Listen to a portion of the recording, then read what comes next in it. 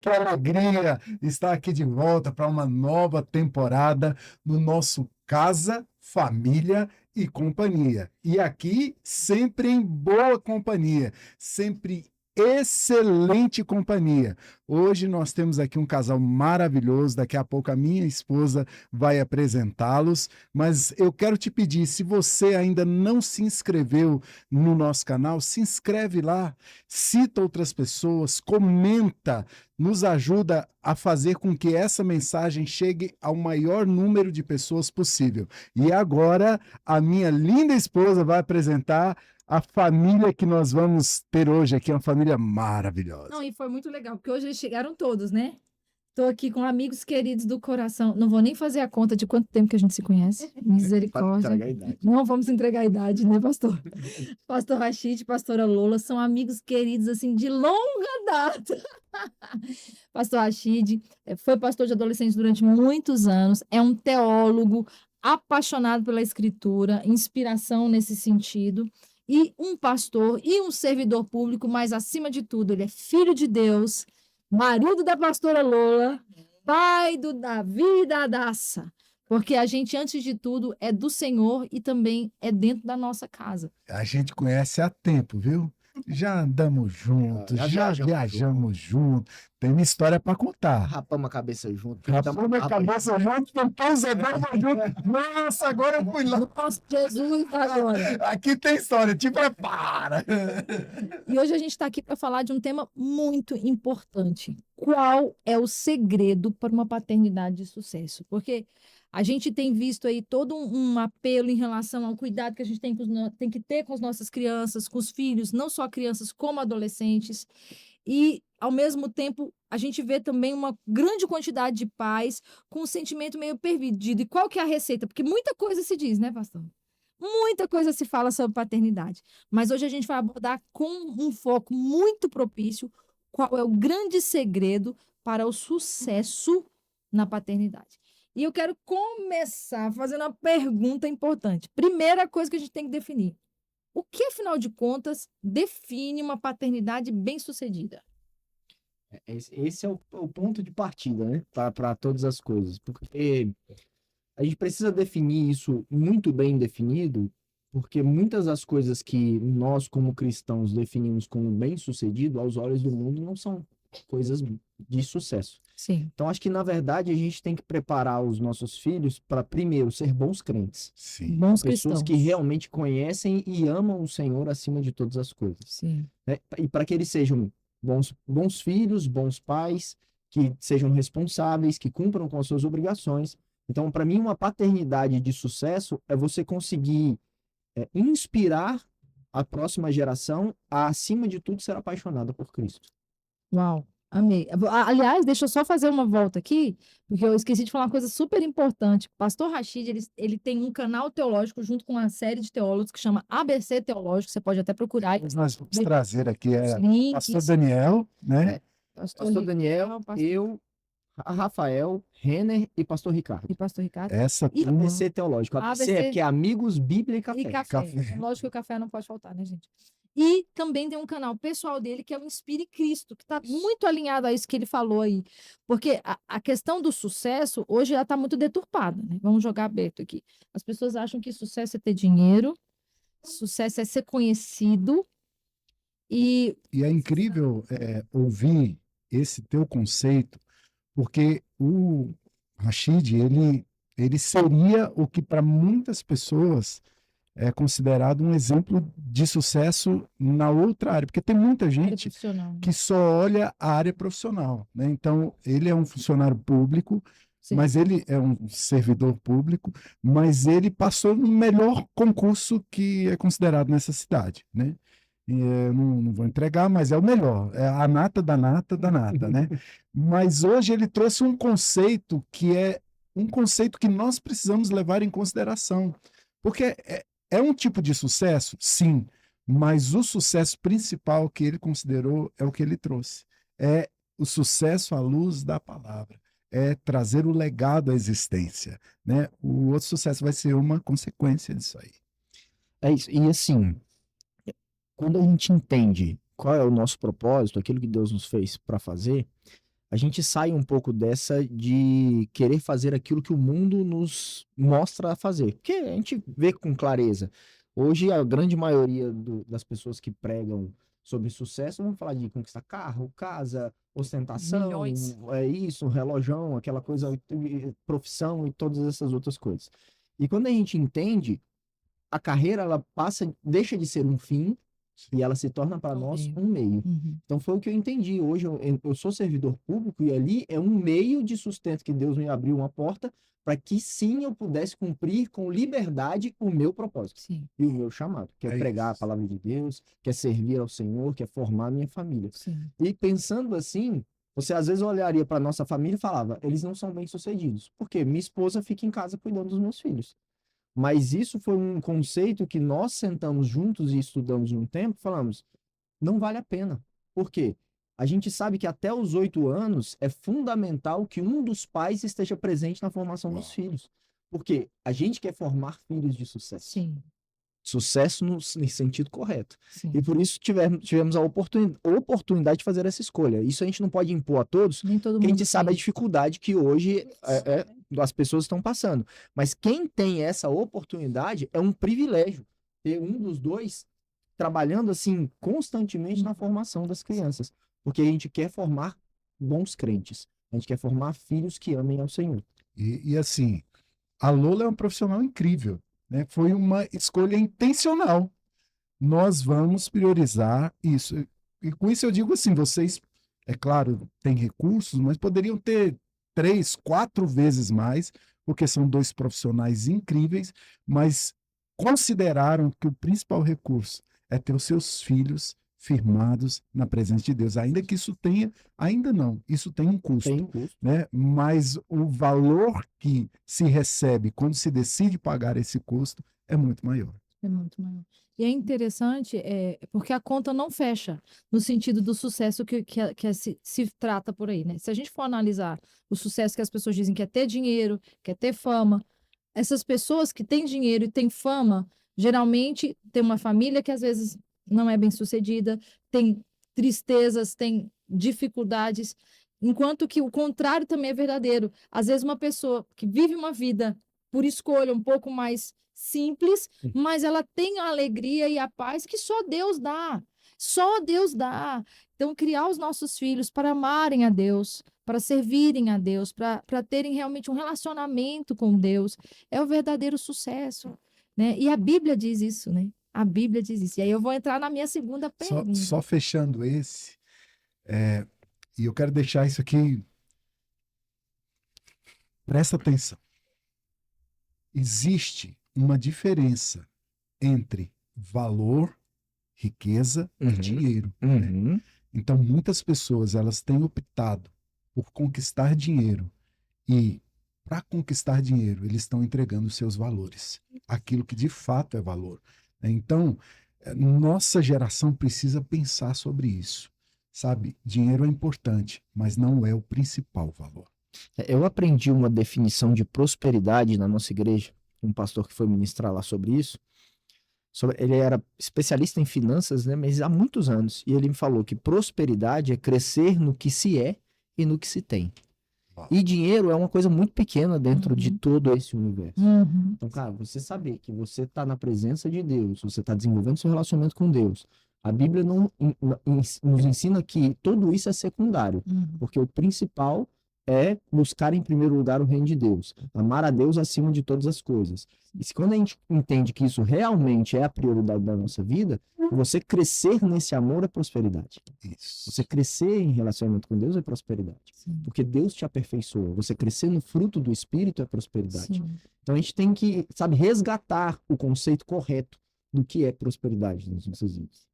Muito importante. E aí eu quero partir para perguntar a vocês dois, assim, dentro desse entendimento do que é verdadeiramente ter uma criação bem-sucedida, e que você que está aí assistindo a gente, eu peço que você realmente faça uma avaliação pessoal, porque os nossos conceitos, os nossos valores precisam ser revistos para que a gente possa tomar as atitudes necessárias para ter uma criação de filhos bem-sucedida, uma paternidade bem-sucedida.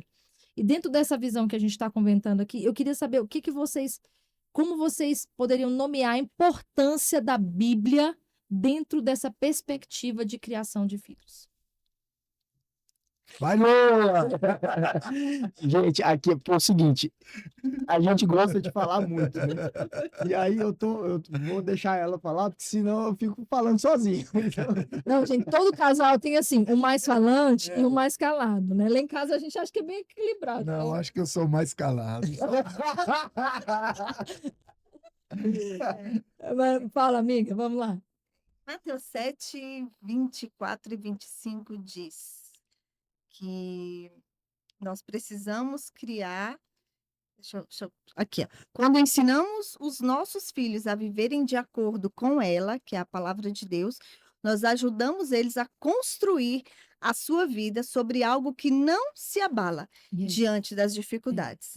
Então, a palavra de Deus é a rocha que a gente precisa criar os nossos filhos baseados nela, porque as dificuldades elas vão vir, mas se os nossos filhos estiverem com base na rocha, que é a palavra de Deus, as dificuldades vão passar e eles vão permanecer firmes. Sim. Deixa eu fazer só uma observação dentro disso que a pastora Lola está falando. Gente, como a gente falou, a gente conhece a pastora Lola e o Rashid há muitos anos.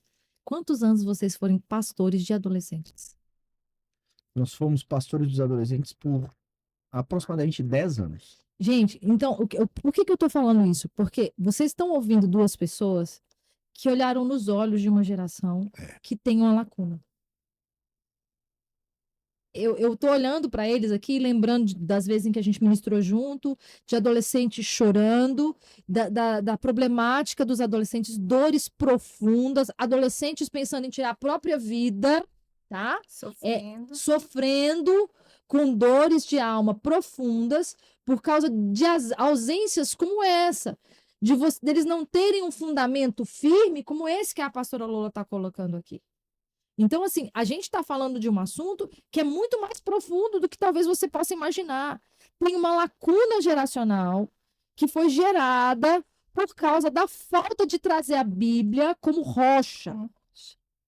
Porque é isso que a pastora Lola está falando. Se eu ensino o meu filho ao firme fundamento, ele pode até passar perrengue, gente, porque nessa vida vamos passar. Teremos aflições. Não tem jeito. Teremos aflições. Mas se a vida dele está firmada na palavra, que é o fundamento, ele vai voltar, ele vai ter firmeza nisso. E assim, é muito legal porque tanto o pastor X como a pastora Lola, pastor Ulisses e eu fomos criados dentro do cristianismo. Então a gente está falando da experiência pessoal também, né? E é importante, Paulinho, a gente frisar de quem é a responsabilidade. Né? Porque liga o som, aumenta o som e agora, porque isso que ele vai falar é muito importante. Porque, assim, a gente vê uma geração passando por problemas e problemas muito sérios. E a Bíblia vai dizer, né, que em Deuteronômio 6, do verso 4 até o verso 7 é o suficiente. Escute, Israel, o Senhor nosso Deus é o único Senhor. Portanto, ame o Senhor seu Deus de todo o seu coração, de toda a sua alma e com toda a sua força. Essas palavras que hoje lhe ordeno estarão no seu coração. E o verso 7, para mim, é o ápice. Você as inculcará a seu filho, e delas falará quando estiver sentado em sua casa, andando pelo caminho, ao deitar-se e ao levantar-se. É isso. Então, a palavra é a rocha, a palavra é fundamental. E os pais têm uma responsabilidade diária de ensinar a palavra aos seus filhos. Nós, como pastores de adolescentes, pastores de jovens, pastores de crianças, nós ajudamos nesse processo. Sim. Mas a responsabilidade são dos pais, é dos pais. Por quê? Nós, como pastores, muitas vezes temos 1, 2, 3 vezes no máximo de contato com essa criança por semana. Agora, os pais estão com eles todos os dias. E os filhos modulam o que vem os pais fazer. Então, se seu filho não vê você lendo a Bíblia, se seu filho não vê você orando, você exercendo disciplinas espirituais, muito dificilmente ele vai desenvolver esse hábito. Claro que existem os pontos de inflexão. Aquelas pessoas que Deus salva e transforma, e eles vão ser os primeiros a começar a trazer o evangelho para suas casas. Mas os pais cristãos têm uma responsabilidade de formar os seus filhos no caminho do Senhor. O próprio Deus deu essa ordem para o povo de Israel lá atrás, e essa ordem perdura até os dias de hoje. As pessoas isso. esqueceram disso, né? É no caminho. Tem gente que fala, ensina a criança o caminho. Não é no caminho, é junto com ele. É de manhã, é de tarde, é de noite, é enquanto anda. Mas não é só falando também, não, é fazendo. É sendo o exemplo. Coerência, né? Essa é a nossa responsabilidade. Se a gente olhar para um panorama bíblico, nós vamos ver que isso era feito assim: as tribos se reuniam, os anciãos contavam acerca da lei, dos profetas, das suas histórias, e isso passava de uma geração para outra. Hoje é tão lindo porque nós estamos aqui, ó, sentados à mesa. A mesa precisa ser resgatada nas nossas casas, né? Com certeza. A mesa muitas vezes tem virado espaço da televisão, do videogame, da internet, Do né? celular, cada um celular. senta à mesa, cada um com seu celular e ninguém conversa com ninguém. A gente precisa resgatar isso intencionalmente.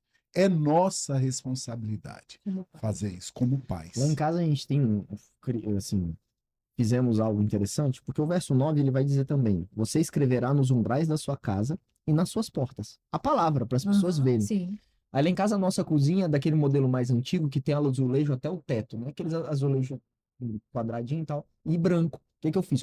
Eu tenho um monte de pincel de quadro branco e a gente começou a escrever versículos na parede da cozinha. Então a cozinha tá cheia de versículos. Ah, mas vai ficar horrível. Irmão, eu quero que meu filho aprenda a palavra. Comecei E a a pagar cozinha pra feia não gente faz recolocar diferença. Agora, eles estão tendo acesso diário, acordou, viu, eles mesmos idealizaram um versículo para eles irem lá escrever também. Tem a letra minha, tem a letra da mãe, tem a letra deles mesmos que escreveram. Sim. Então, isso vai trazer a palavra para a vivência do lar, da família, dentro de casa. E isso faz toda a diferença. Demais. Lá em casa eu ponho prego na parede. Ela mesmo escreve. Eu escrevo, imprimo, prego na parede os isso. versículos. Mas a questão é estar ali diante dos olhos o tempo todo. O tempo todo. Eu estou vendo aqui a nossa televisão. Tem a televisão, embaixo tem o verso.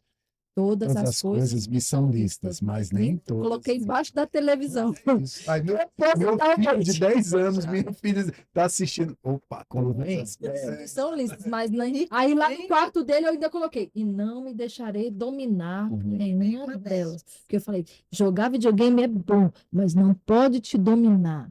Não tem problema jogar videogame, mas não vai dominar a sua vida, meu filho, porque todas as coisas me são listas, mas nem todas me convêm. Mas sabe o que eu sinto falta também? Eu acho que tem uma geração que não mergulhou na Bíblia nesse nível. Entendeu? A gente está falando disso aqui, e eu tenho certeza que eu estou citando esse versículo, e tem pessoas dizendo, hã? Aonde está isso? Está na Bíblia. Mas as pessoas perderam a familiaridade de lidar com a palavra. A gente estava até falando com os nossos discípulos, assim, todo mundo gosta de Coca-Cola, mas Coca-Cola não hidrata. Por que eu estou falando isso? A gente gosta do conteúdo que a gente consome na internet, mas tem um tipo de alimento espiritual que é só a Bíblia pura. Eu estou vendo a Bíblia do pastor e está me chamando a atenção. Não sei se dá para ver aí. A grossura. A grossura da bichinha, olha só, porque Olha eu sei aí. que a Bíblia diz tudo. Olha aí. Essa aqui diz tudo. Gente, eu vou fazer uma pergunta. Essa não é 007. Se passar correto, é da capa preta. Ela disse. Eu vou perguntar uma coisa que é relevante aqui, tá? Na nossa conversa. Quantas Bíblias você tem, pastor? Meu Deus. Você já contou outro dia lá em casa. Eu fiz uma vez, eu queria tirar algumas para dar de presente, porque já não estava cabendo. E eu empilhei as minhas Bíblias na época da pandemia para ver a altura que chegava. Elas davam a minha altura. Uau! Que legal. Eu não tive essa experiência ainda, não. Todas as minhas Bíblias empilhadas. Foi tudo que contou. Mas, gente, E aí, depois que eu empilhei, eu falei, cara, não tô conseguindo local para guardar, porque tipo, nossa casa é pequena. Aí eu tirei algumas que eu menos usava, dei de presente. Sim. Mas hoje eu tenho, assim, por baixo, pelo menos umas 20. Por que eu tô falando isso? Não é ter por ter. É ter para mostrar para os nossos filhos o amor pela palavra, para abrir com eles, para viver essa palavra. Eu preciso conhecer essa palavra. Né? Você vê canais como ABC Teológico e Inspire Cristo. O objetivo dos pastores e das pessoas ali, eu sei que é só tirar dúvidas, mostrar que a lei, que a palavra de Deus, ela é real para nós hoje. Porque o que acontece? Eu quero falar aqui, fazer uma pergunta que eu tinha colocado aqui mais para frente, mas você acredita que essa geração está preparada biblicamente para os dilemas da atualidade? Não, zero. Não vou falar zero, porque eu também não posso ser generalista e falar que ninguém tá. Alguns estão. Mas recentemente eu preguei uma mensagem para os adolescentes lá na igreja, e o tema da mensagem foi Uma geração pede socorro. E eu trouxe alguns dados estatísticos para eles antes, como introdução da mensagem. E quero compartilhar com vocês aqui rapidamente, só para você entender o extrato e por que nós, pais, precisamos estar em alerta por tudo que tem sido desenvolvido. Bom, 67% dos estudantes brasileiros de 15 anos hoje não sabem diferenciar fatos de opiniões. Tudo que eles leem, 67% acreditam que o que leem na internet são fatos. Isso é perigoso. Segundo, 95% dos jovens saem do ensino médio sem saber matemática básica. Gente, deixa eu só fazer uma observação. O pastor Rashid é físico, tá? Físico. Não é? Apenas 10% dos brasileiros sabem ler, escrever e calcular de forma crítica. Ou seja, entendem o que estão fazendo. Analfabetos funcionais matematicamente. 53% dos brasileiros não leem livros. É a primeira vez na história que os não leitores superam os leitores. Meu Deus. Isso é alarmante. E é a primeira vez que os filhos têm QI inferiores aos pais. Isso também nunca tinha acontecido antes.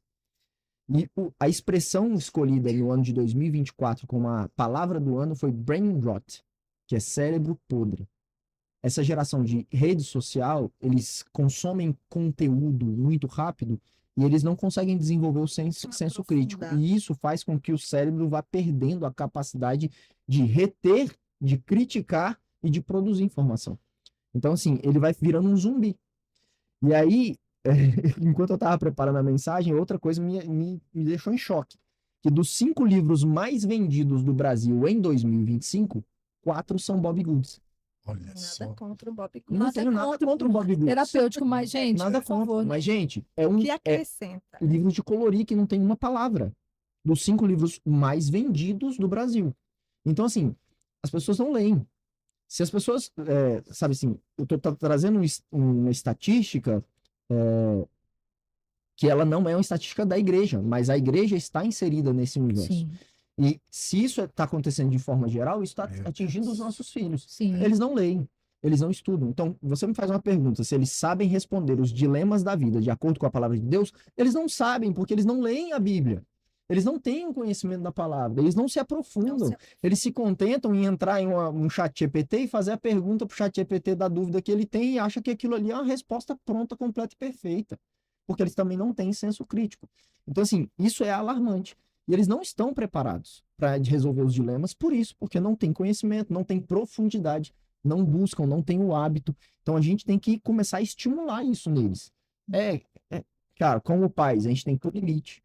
A gente tem que... 1 hora de televisão por dia. 1 hora de celular por dia. Lá em casa, a gente, cara, fez isso de uma maneira muito prática. Eu tenho o controle do celular dele, em 2 horas, acabou. O celular não funciona mais. Eu coloquei um temporizador na televisão. Muito legal. A televisão lá de casa, ela só funciona de 1 às 3h30 e de 7h30 às 10. Às 9h30. De 7 às 10. Eu sei que o pessoal vai perguntar, então vai perguntar onde você comprou esse temporizador. Eu sei que vai chover de perguntas, todo mundo vai querer. Dica pra nós. Fora desses horários, ela desliga. Ela não funciona. Muito bom O que eu fiz? Tem essas tomadas inteligentes. Sim. E você consegue programar essas tomadas inteligentes. Ela corta a energia da televisão. Acabou. Perfeito. Excelente. Muito bom. Entendeu? Muito bom. E você falando isso, cara, sabe o que eu descobri esses dias? O chat GPT também mente. Eu ia falar isso. Eu já perguntei algumas coisas, mas peraí, essa resposta aqui, que a gente veio da geração que pensa, Sim. essa resposta aqui Não está certo. Aí eu perguntei, você tem certeza disso? É verdadeira essa resposta? Aí lá vem ele. Pode Não é ser bem que assim. não sei, não é bem assim, pode ser que você... Então, isso aí é alarmante, porque, cara, se eles não aprenderam a pensar o que vier para eles, eles vão aceitar como verdade, né? E nós precisamos ir no movimento contrário disso. Nós somos uma geração que leu, nós somos uma geração que estudou, E que né? continua que fazendo. continua fazendo isso. Então, além de ser grave o que você respondeu sobre Falta de a preparo. falta de preparo bíblico, a verdade é que, olhando por esse prisma, eles não têm resposta nenhuma. Não é só Nem pra bíblica, é vida. nenhuma. É nenhuma. todas Né? as Vocês questões. falando desse Bob Goods, eu também não tenho nada contra, mas, cara, vai tomando um. Você acredita que hoje eu vi no trânsito um carro Bob Goods? Um carro. Ele era todo Bob Goods. Então, Para as pessoas não é. É muito Ela até engraçado. perguntou, mas pra quê? Eu falei, Que não sei. isso, gente? Vai que ela quer pintar, né? Já tinha um dos desenhos, já estava colorido. Mas, enfim, tudo tem que ter limites, Sim. né? E nós precisamos intencionalmente ser uma geração que vai colocar os nossos filhos para pensar, para dar respostas inteligentes. A gente Eu precisa estimular eles a ler a Bíblia diariamente. Sim. A gente precisa estimular eles a ler bons livros, Sim. a pensar criticamente, a apresentar problemas, a ensinar muitas das coisas que nós muitas vezes não tivemos essa oportunidade, temos o conhecimento e às vezes os nossos próprios estão se perdendo. expressar Né? as O pastor opiniões. Jair tinha uma frase Sim. que nenhum sucesso compensa o fracasso da família. Sim. Então, cara, a gente está performando lá fora, a gente está arrebentando, nós somos os melhores naquilo que fazemos, mas os nossos filhos estão se perdendo. Então a gente não está ganhando nada. A gente tem que aprender a voltar esse olhar para dentro e ficar, cara, eu sou isso tudo, e meu filho é o quê? Então vamos aqui, vamos sentar junto, vamos ler junto, vamos estudar junto, vamos aprender juntos, porque é fundamental. O senhor tem o hábito de ler, a pastora tem o hábito de ler. Agora, a gente não pode achar que só por nos ver lendo, eles vão aprender. Tem que ser intencional. A gente tem que ir lá e falar, não, ó, eu quero que você leia isso aqui. Esse aqui é. Aí vamos conversar. O que que você aprendeu? Me dá, assim, dá um feedback. Então, assim, lá em casa, terminou o livro, tá aqui, pode ler outro. Eu já coloquei, eu tenho uma estante lá com centenas de livros. Eu falei, pode pegar aqui e escolher o que você quiser e ler. Pode escolher, fica à vontade. Esses livros são para vocês também. Para estimular, assim, é necessário. E a gente sabe o tanto que a gente já cresceu com isso Sim. e o quanto isso é importante para nós. A gente dá prêmio para tanta coisa, né? Ah, eu vou te dar um prêmio se você fizer isso, se você lavar, escovar o dente todo dia. Né? Eu nem devia Coisa, né? também. Nem devia, porque isso aí. Mas é desafiador, né? É desafiador. Todo dia você tem que falar. Então, dá um prêmio quando teu filho lê um livro, né? Faz isso, né? Dá um livro Tem para muitas ele. estratégias didáticas que a Sim. gente pode usar para fazer isso, mas sabe qual é o problema? Eu vou voltar um pouquinho no que você Lá em casa, a gente. É porque eu lembrei, perdão. Pode, amor. O nosso filho queria, né, um tablet. E aí nós fizemos um desafio para ele. Filho, se você ler a Bíblia, e ele tem 10 anos, se você ler a Bíblia termina. inteira Inteirinha. em um ano, você vai ganhar. Então ele está nessa busca, porque Então, né, terminar. vai ser o prêmio dele É. por ter lido a Merecido. Bíblia inteira. E aí a gente criou toda uma estratégia. Eu fiz uns quadrinhos para ele Pra ele marcar os marcar. capítulos que ele tá lendo para ele visualizar. Fátima E aí, Salles era dopamina, da Senso de legal, Vitória. você Então, a conseguiu, gente tem que usar. completei esse. É. Aí ele tá lá, tá no livro de números, ele, mamãe, esse livro, para que tanto número? Eu falei, vai dar Você certo. não gosta de números? Vai à frente. Mas eu ia colocar a respeito de que você falou, que eu quero voltar nesse ponto, da performance com que nós estamos preocupados em performar fora de casa. Uhum. É triste isso, é doloridíssimo. Porque, infelizmente, é um fenômeno que vai por toda a sociedade, entre os cristãos também, infelizmente. A gente até estava comentando aqui um pouco sobre culto no lar, e eu quero que a gente fale sobre esse ponto, mas a gente tem que esquecer a performance para a gente Uhum. conseguir fazer isso. Ah, não, vou fazer o culto para eu filmar e botar na internet. Aí eu vou falar, não, não. A gente tem que botar o olho dentro da nossa casa e olhar os nossos filhos. Uma vez eu ouvi um testemunho de uma enfermeira que atendia meninas grávidas adolescentes. E ela usou uma expressão que eu nunca mais me esqueci, já faz muitos anos. Ela falou assim, os pais não estão mais abraçando os seus filhos para sentir o cheiro deles. Porque quando um pai sente o cheiro do filho, ele sabe de onde o filho vem. Se a roupa está com cheiro de cigarro, se está com cheiro de bebida, se está com cheiro de droga, se está com cheiro de um ambiente onde esse menino não devia ter ido, ou se está Isaac com cheiro de mostra isso na menino. palavra de Deus, né? Sentiu o cheiro de. Você tem o cheiro de Jacó. É isso. É o cheiro da veste do meu filho Esaú, que estava no campo. Então, assim, os pais pararam de olhar para dentro de casa, pastor. Terceirizaram. Fala de novo, pastor, essa palavra. Terceirizaram tudo, né? Até a criação dos Terceirizaram a filhos. criação dos filhos. Para o chat GPT, para o pastor, Pra Pra babá. escola. líder, para babá, para a escola, para o YouTube. entendeu? E o prejuízo está sendo, infelizmente, muito grande. Por quê? Esse adolescente, esse jovem, ele vai para a idade adulta sem identidade.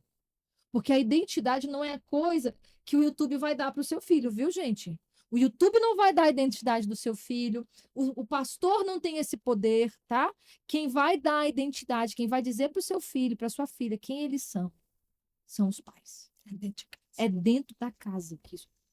É que vai imprimir a identidade de filhos de Deus, de relacionamento com Deus. Né? C.S. Lewis tem uma frase que me chama muita atenção, que ele diz o seguinte: os filhos não te impedem de fazer o trabalho importante. Eles são o trabalho importante. Uau. Exatamente.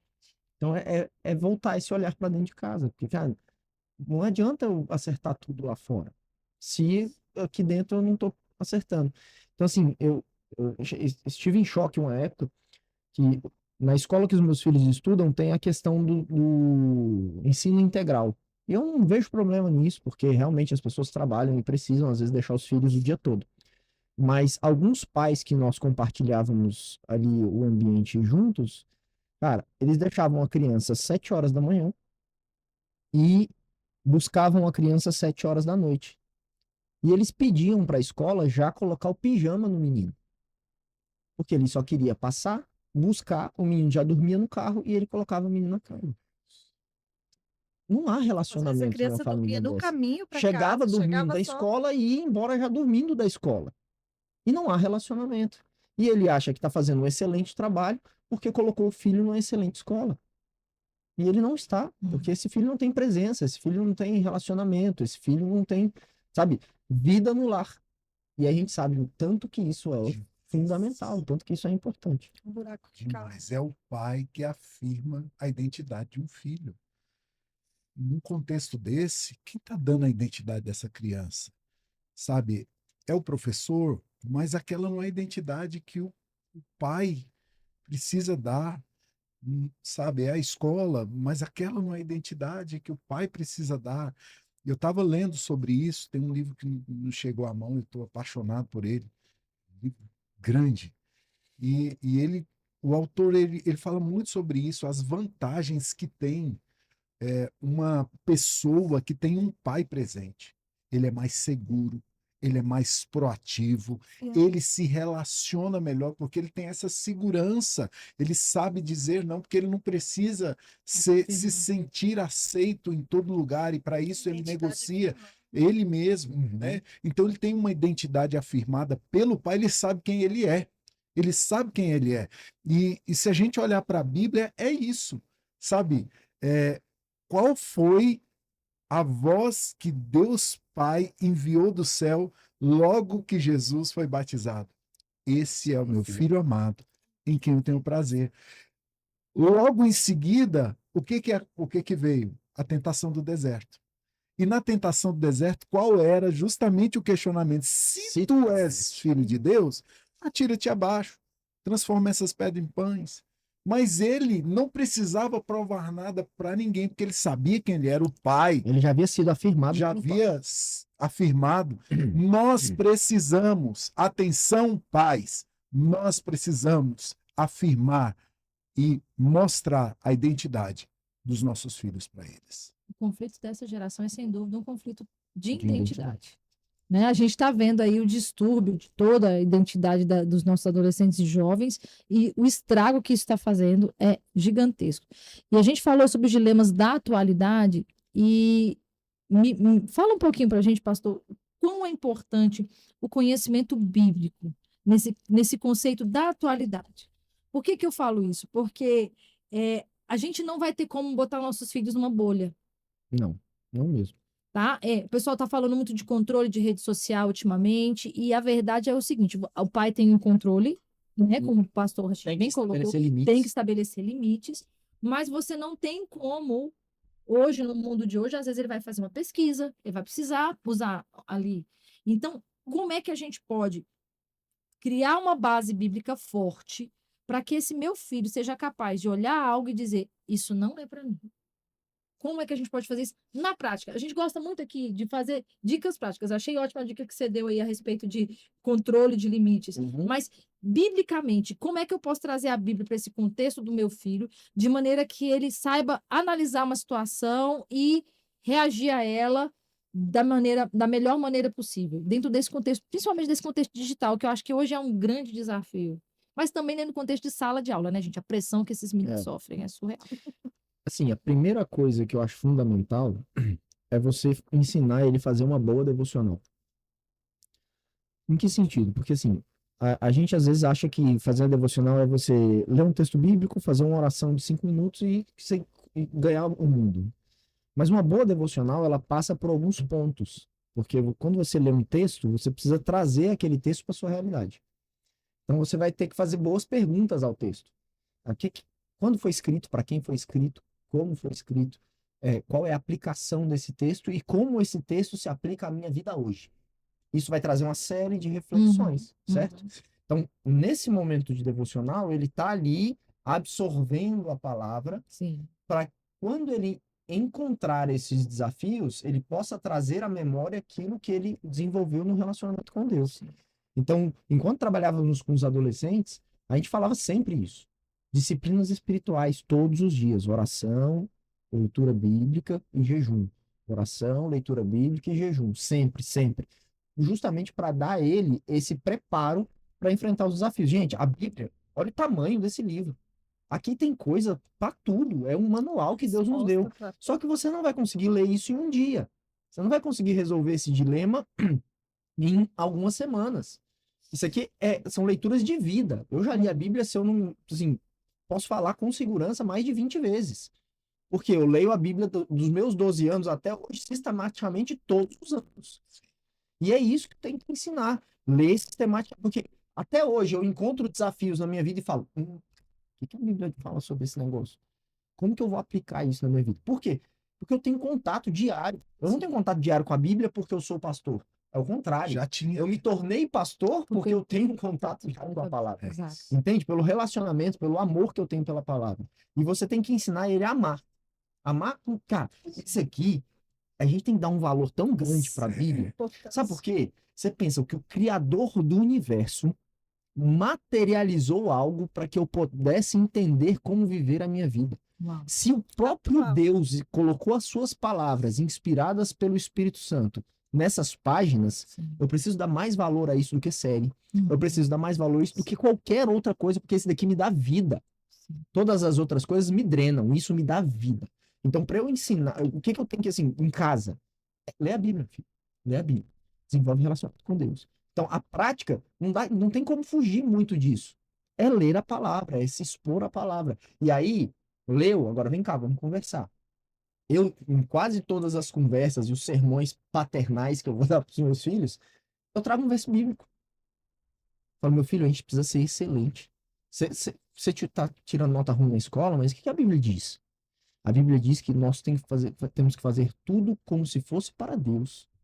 Você acha que a sua nota está honrando a Deus? Eu trago tudo para o contexto da palavra. Sim. Porque a base da nossa vida é a palavra. Tem hora que eu acho que eles até cansam. Já vem meu pai com uma palestrinha de novo. Mas Não é só lá que acontece, na minha também. é isso. Na minha Mas também. é desse também. jeito. Porque é a base da minha vida. Sabe, eu entendi que não tem como eu fugir disso daqui. Porque os princípios da palavra de Deus, eles não são limitantes para mim, eles são protetores. Sim. Um pai amoroso me deixou um manual de como Cuidado. viver a vida. Sim. Porque ele me ama. E assim, eu só vou ser um pai amoroso também aprendendo com um pai que é o amor definido em uma palavra. Sim. Então, assim, a prática mesmo, é a Bíblia. Para mim, é. Não, e você tocou num ponto maravilhoso, porque o livro é um livro paterno. A Bíblia. É a carta de É amor a de um carta de pai. amor de um Para os seus pai. filhos. Né? A gente estava ouvindo uma mensagem no domingo, que foi até um pastor lá da igreja que ministrou, e eu achei tremendo, até comentei com meu marido, falou, que lindo, né? Ninguém vem ao Pai a não ser por mim. A Bíblia diz, Jesus falou. Jesus. Ele é o caminho para onde? Para o Pai. Então, tudo aponta para Cristo, que aponta para o Pai. Filipe chega para Jesus e fala, Senhor, mostra-nos o Pai. Jesus fala, opa, Tu não tá me até vendo? agora você não entendeu, Filipe? Quem vê a mim, vê o Pai. Então, tá aqui. Eu sou a expressão do Pai. E é isso, é Jesus, e Jesus está aqui, Sim, está na palavra. sim. Lula, fala para nós sobre a importância do culto no lar. Conta para nós aí. Porque eu acredito que talvez algumas das pessoas que estão nos ouvindo não tem culto em casa, não tem o culto do lar, Essa né? prática é Essa uma prática que prática, que é talvez uma tenha sido prática tão esquecida. saudável. E agora conta pra gente aí, dá umas dicas aí, como fazer culto no lar, conta para nós. Quando eu era pequena, o meu pai não era cristão. Não íamos à igreja. E a minha mãe era cristã e meu pai não. E passado um tempo, meu pai se converteu e veio para a igreja. Mas até então nós não tínhamos esse referencial de igreja dentro de casa. Por quê? Porque não tinha isso estabelecido. E a minha avó trazia isso para a gente. Vocês precisam orar com os meninos, Bonitinho. vocês precisam ler a Bíblia com esses meninos. Pega a Bíblia, abre, desculpa, e lê com eles. Por quê? Porque essa é a verdade. E aí meu pai questionava muito. E aí, quando eu me casei, já tínhamos convertido, tanto meu pai quanto a minha mãe e tudo. E aí chegou um momento a gente falou assim: vamos fazer isso lá em casa. Porque os meninos precisam. O Davi, desde pequenininho, a gente colocava versículos, o Davi decorava os versículos. E a gente colava na parede os versículos e ele citava todos os dias aqueles versículos. Aí depois passou a Daça. E aí, resgatando isso, há um tempo atrás, nós temos um costume lá em casa de orar com eles diariamente. Nós tínhamos um devocional que nós fazíamos à noite, antes deles dormirem, e orávamos. Cada um deles faz a oração em um determinado dia. E aí, para você que não tem esse costume, para você que não faz isso diariamente, não precisa ser muito demorado, é algo tranquilo. Então, você vai abrir a sua Bíblia. Se você não souber, começa com Salmo, alguma coisa que para eles é algo mais comum, ou Provérbios, ou até mesmo Mateus, ali começar as histórias que é do Novo Testamento, e tira um tempo, lê a Bíblia, lê um versículo, dois, tenta explanar alguma coisa para eles, e depois você vai orar. E pode colocar um louvor e cantar junto com eles. Isso você pode escolher um dia da semana para que você possa fazer isso, ou se tiver disponibilidade, você pode fazer isso todos os dias com eles. Eles vão crescer e eles vão ter sede pela palavra, alguns que até não frequentem uma igreja, vão querer ir à igreja. Então, acho que esse é o caminho para que a gente consiga mudar essa geração. E isso que você falou é isso mesmo, é onde eu queria que a gente chegasse. É simples. Tem gente que complica demais, é simples, é diário, né? E não precisa, pastor, ser um culto de 2 horas. Por favor, Não, nem deve. De 15 minutos. Ok, é tão simples, faz um roteirinho. Coloca um louvor. Pra você começar adorando e entrando ali no espírito. Uma música de 3 minutos e meio. Gente, adequado para a idade dos seus filhos, tá? Claro. Coloca um louvor, 3 minutos e meio. Faz uma oraçãozinha rápida ali, de 1 minuto, só para pedir, Espírito Santo, fala conosco. Comanda esse culto. Aí, cada dia do culto, escolhe um texto. Um texto Lá em casa a gente pequeno. faz assim. Assim, pega um salminho, pega um provérbio, fala o que você achou e conta Uma o que parábola. isso falou no seu coração. Deu ali mais 5 minutos. Nos 5 minutos finais, vamos cada um fazer uma oração, vamos dar as mãos. Quais são os seus pedidos? Isso. Quais são as suas necessidades, meu filho? Quais são os seus desafios? Agradecimentos. Quais são os seus agradecimentos? Pelo que você quer orar hoje? E aí, cada um põe os seus pedidos, junta ali, faz uma oração, 15 minutos. A gente complica demais uma coisa que é muito simples, Simples. entendeu? É isso. Muito simples, aplicável para o dia a dia. É verdade. isso. É isso. Vamos resgatar Resgatar. esse princípio. Isso, né? para mim, é estabelecer um altar dentro da sua própria Sim. casa. É um altar ao Senhor. Porque o grande lance disso que o Rashid falou, que não precisa ser assim, 2 horas, é porque qual é a intenção do culto no lar? É trabalhar um princípio, porque um dia eles vão crescer e talvez talvez não, eles vão ter a sua própria vida, mas o princípio já está consolidado. Uhum. Aí ele já é maduro. Ele aprendeu, flechas. né? Aquilo já é igual escovar os dentes. Por que a gente escova os dentes todo dia? Porque a gente, na infância, nosso pai brigava com a gente, falava: Todo escova dia. o dente, menino. Você já escovou os dentes? Hoje eu acordo Automático, É né? automático. porque eu já aprendi, aquilo já ficou automático para mim, né? E assim, não pense que não vai ter custo. Vai ter custo. Vai. É uma frase que me chama muita atenção que diz: é justo que muito custe o que muito vale. Exatamente. Então, vai ter um preço, você vai ter que pagar o preço. Agora, você pode fazer a escolha de qual preço você quer pagar. Você quer ensinar o seu filho fazendo um culto no lar com ele uma vez na semana que seja, ou instruindo ele no caminho do Senhor na palavra, ou você quer ter trabalho com ele e tendo que ir, às vezes, a uma delegacia para tirar ele de lá? Você escolhe, entendeu? Às vezes o preço de se pagar é esse. O Davi, eu leio a Bíblia com o Davi desde o dia que o Davi nasceu. O Davi hoje está com 15 anos, 13, 14 anos. Eu pegava uma Bíblia no berço dele, quando ele estava no berço, eu ia lá e ele lia um texto bíblico. Até o dia que ele criou autonomia para ler sozinho, eu lia a Bíblia com ele todos os dias. Porque o papel de inculcar a Bíblia na cabeça dele é meu. Eu quero tocar um pouquinho nesse ponto, o pastor Achille já falou as 2 vezes sobre isso, sobre essa questão da responsabilidade familiar. E eu vejo que isso é uma coisa que tem que ser trazida de volta. O pai assumir sua posição. Vou falar agora da área da mulher. A gente chegou num momento em que houve uma sobrecarga sobre a mulher nesse sentido, tá? Muitos homens acham que isso é coisa de mulher. Ah, é a mulher que tem que ler a Bíblia pro menino. É a mulher que tem que fazer isso. Não, não, minha esposa. Gente, não é assim. É uma missão dos dois, Uhum. tá? É uma missão do marido e da esposa. Porque tem um lugar que a esposa tem no emocional do filho, tá? Quem estuda um pouquinho sobre essa área de formação de personalidade, tem um lugar dentro do emocional, da construção psíquica do filho, que é da mãe, ok?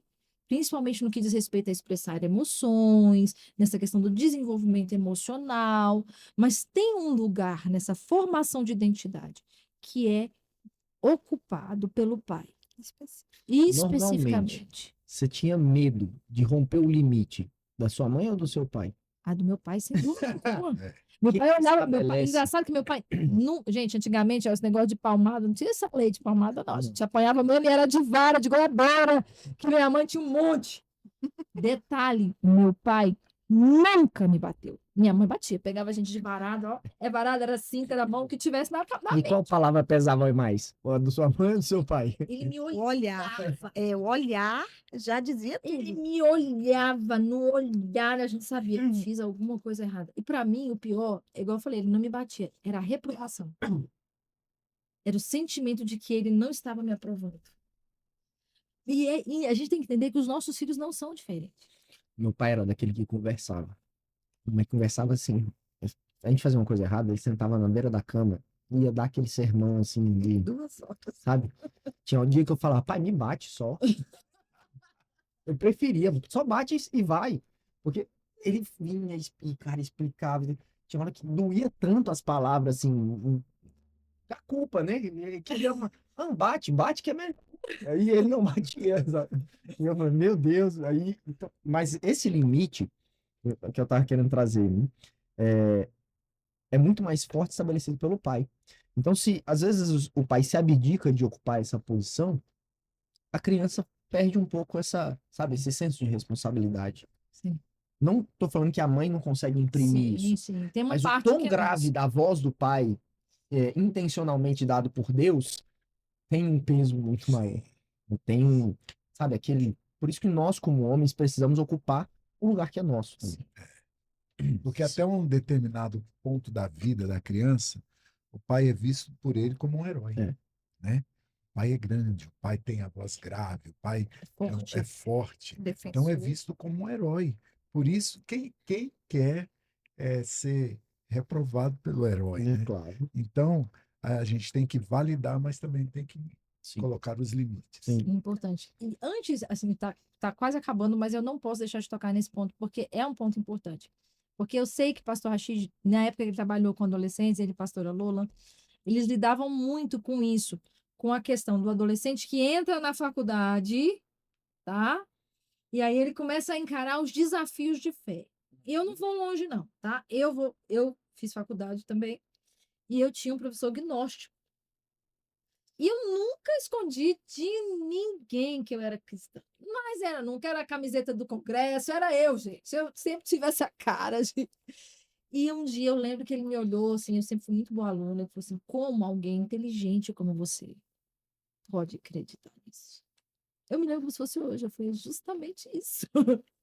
É justamente Era isso. só tu virar e falar assim, como alguém que eu acho que é inteligente igual você, Pode pode não não acreditar. acreditar, né? Esse foi exatamente a experiência que eu tive na faculdade. Que assim, eu fiz física, né?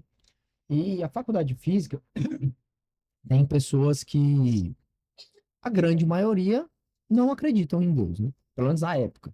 Isso tem mudado, graças a Deus. Graças a Deus. E a pergunta que eles me faziam era essa. Cara, como que você, tendo esse conhecimento científico todo que você tem, consegue continuar acreditando em Deus?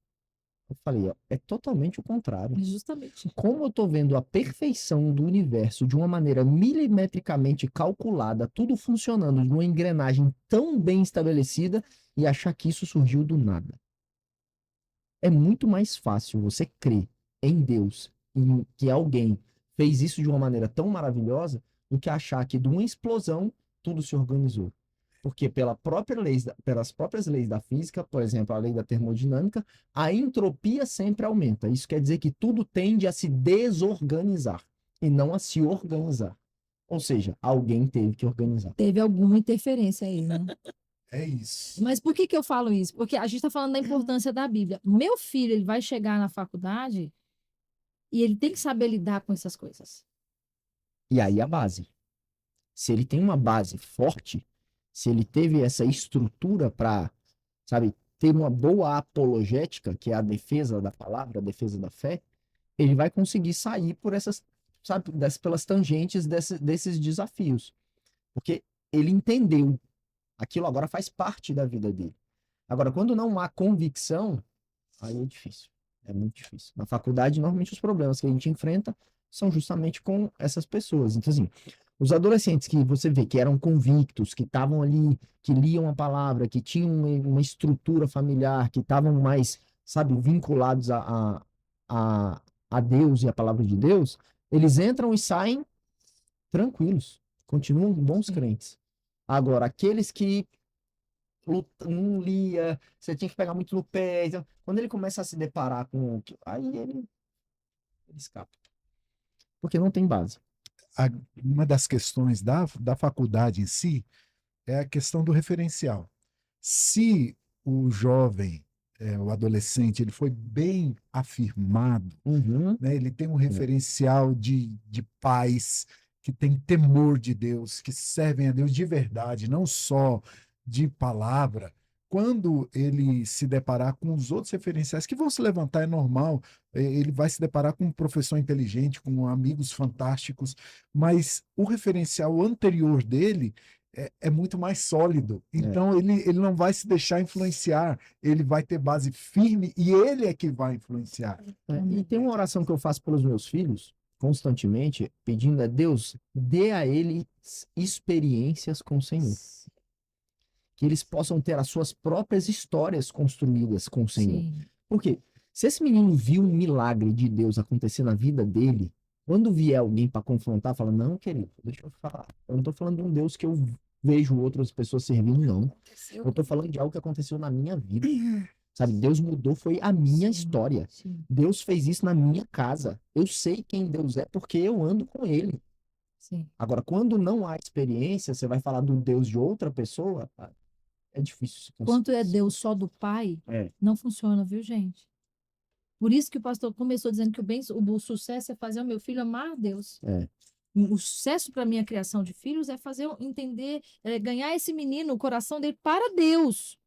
Né? E é bom que eu ia colocar uma lenha na fogueira aqui. Que só tem 7 minutos, mas eu preciso pôr essa lenha, porque ela vai fazer diferença. Fica aí, A fica gente aí. pode quebrar um novo recorde.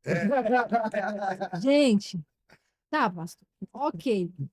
Vamos para a Bíblia, então. Por quê? Davi, um homem segundo o coração, explica essa equação de Deus. Teve tanto problema com os filhos dele. Vamos junto aqui nessa conversa. Olé. Tinha que puxar, sabe por quê? Porque eu vejo isso também Vejo pessoas que são fiéis, mas na hora de transmitir dessa fidelidade delas para os filhos, acontece alguma coisa ali naquele processo que dá um ruim. Eu tenho algumas hipóteses que eu quero falar, mas eu quero primeiro ouvir vocês dois. O que vocês acham que causa isso?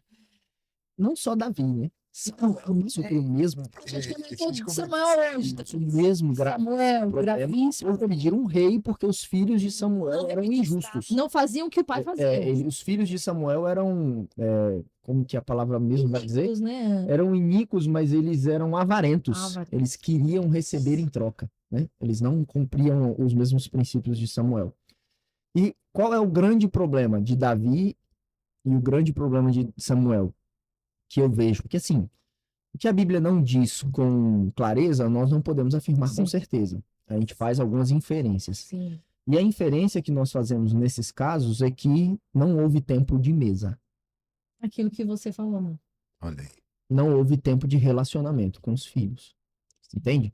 Ele é um rei, ele conquistou o mundo, mas ele não voltou para dentro da sua própria casa. De repente, aí deixa eu botar uma linhazinha. De repente, Não, você é aquele não pai, aquela mãe que serve a Deus, mas é o pai que deixou o menino 7 horas da manhã e buscou 7 E horas ele é da noite o E menino. ele é crente. E ele é crente, um bom entendeu? crente. Ele Ele é. é inventando. Pai, No fim de semana ele vai na escola dominical. E por que a gente infere isso? Porque quando o Davi teve um problema grave familiar, que foi o problema da Da adultério. irmã de Absalão, Sim. que Tamar foi violentada pelo seu meio-irmão, e aí Davi não faz nada. Davi fala para ela ir para casa e ficar lá e ia ser sustentado a vida toda. E Absalão se revolta contra Davi justamente porque Davi não fez nada. Pela Tomou ausência. atitude. Ele não tratou, ele não chamou a família e resolveu aquele problema dentro de casa. E isso acendeu a revolta do seu irmão Absalão, do seu irmão Absalão, a ponto dele se insurgir contra o próprio pai. Então, é por isso que eu infiro que não havia essa instrução pessoal e familiar dentro de casa.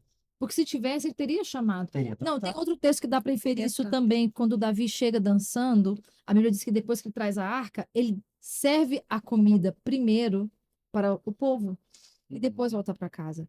Então, qual seria a ordem certa? Ele tinha que até trazer Traz a os casa mesmos, dele Traz. para fazer o mesmo movimento. Né? Então, assim, não adianta, a gente tem que entender isso.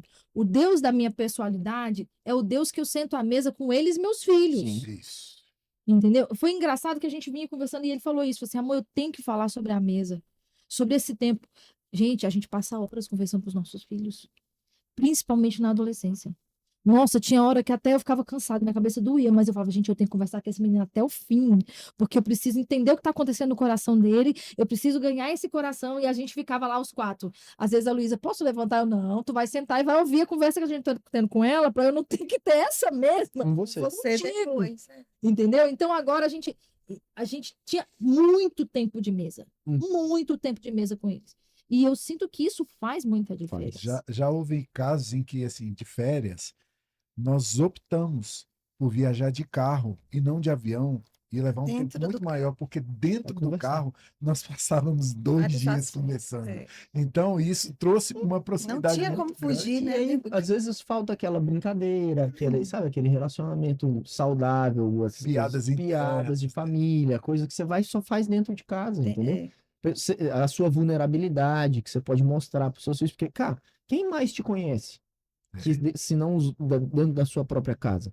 E se ali você não está sendo a sua melhor versão, me desculpa, mas você é um hipócrita que vive uma coisa fora. E é outra incrível, coisa dentro. porque nesses tempos, tanto a gente fala, como eles também falam as verdades sobre nós. Então, nesse momento em que a gente também faz conserto diante deles. Me perdoa, né? Eu não estava percebendo que eu estava fazendo isso. Então, é tempo de ajuste, é Você tempo de crescimento. faz no automático e quando você vê o menino fala, não, mas você falou isso, você E você ter o caráter de voltar e pedir perdão. Às vezes, vai né? pedir desculpa. Assim, ó, Eu errei. Eu errei aqui.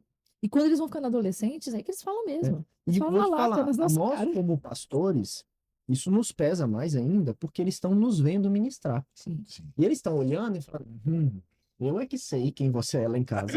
Então você precisa ser coerente Nós precisamos ser coerentes. E isso me preocupa muito, de eu estar pregando igual Davi, ele cresceu no Ministério de Adolescentes com a gente.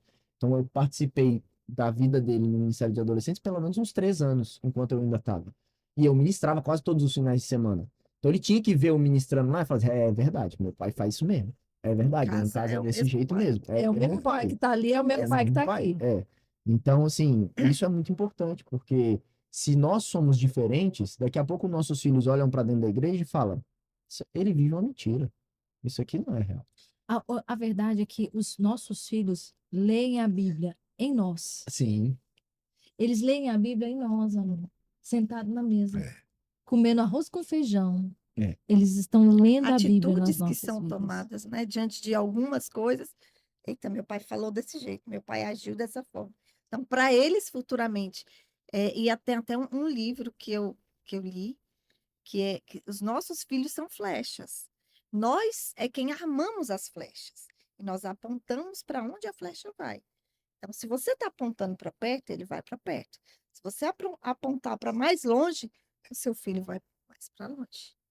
É isso. É isso. E quem vai apontar somos nós, Somos né? nós. Nós chegamos assim em uma fase de um dos nossos filhos, que hoje ela não mora, né? Mora em outro país, Casou e foi embora, casou gente. e foi embora, graças a sabe, casou, né? mudou, mas convidou. É feliz. Mas eu fiquei tão feliz que no Dia dos Pais, ela mandou, na realidade, o meu genro mandou a filmagem. Naquele dia em específico, ela estava pregando lá na igreja que eles estão congregando no país onde eles moram. Eu falei, esse é o melhor presente que eu podia receber nesse dia. Recebi outros presentes, fiquei maravilhado, mas esse foi um presente muito especial, porque a gente aponta a flecha, a gente arma o arco e solta a flecha, mas depois que você solta a Você não flecha, pode fazer mais nada. você não pode fazer mais nada, aí é só Deus. Enquanto a flecha tá aqui, você tá falando, faz Faz isso, vira para lá, mais um pouquinho para lá, mais um pouquinho para lá. Depois aí é Deus. Por isso a nossa função agora é muito importante, porque depois que a flecha tiver sido lançada, só Deus pode soprar. E quando acontece isso que vocês falaram, aí se constrói o legado. Aí vira o Deus de Abraão, Isaac e Jacó, né? Porque o Isaac e o Jacó, eles aprenderam, né? Com os seus pais, viram um exemplo dentro de casa. Gente, que preciosidade. Olha, infelizmente não vamos ter que terminar, né? Não dá pra gente ficar aqui até amanhã, mas a gente pode levar um Aqui- plano B, uma coisa, né? Tia, para um Ó, se você podcast. quiser um podcast 2, Ah, Virgínia, põe aí nos comentários, pede que a gente vem de volta. Se vocês quiserem ouvir mais sobre essa aplicação bíblica na criação de filhos, a gente pode fazer mais um podcast, trazendo aí mais conteúdo para vocês, porque nossa ideia é isso, é abençoar você, abençoar a sua casa, abençoar a sua família e te permitir, sim, ter uma paternidade, uma maternidade bem-sucedida, viu? Então, muito obrigado por estar aqui com a gente. obrigado também a Chid Lola, Obrigada a você. a Daci e Davi que estão aqui também, muito obrigado. A Se- família é assim, gente, nós estamos Para onde juntos, a né? gente vai, eles vão. Eles desse estão jeito. aqui com a gente, eles não apareceram, mas eles estão bem. A Daci está fazendo bebê. E se né? você ficou com alguma dúvida, eles vão abrir uma caixinha de pergunta para você Isso. lá no Instagram deles. Simbora. E a gente vai tentando construir isso, essa identidade paterna alinhada à palavra de Deus. Então, muito obrigado por estar aqui com a gente. E, se Deus quiser, a gente se vê em breve. Deus abençoe a sua família, os seus filhos e a sua casa, em nome de Jesus.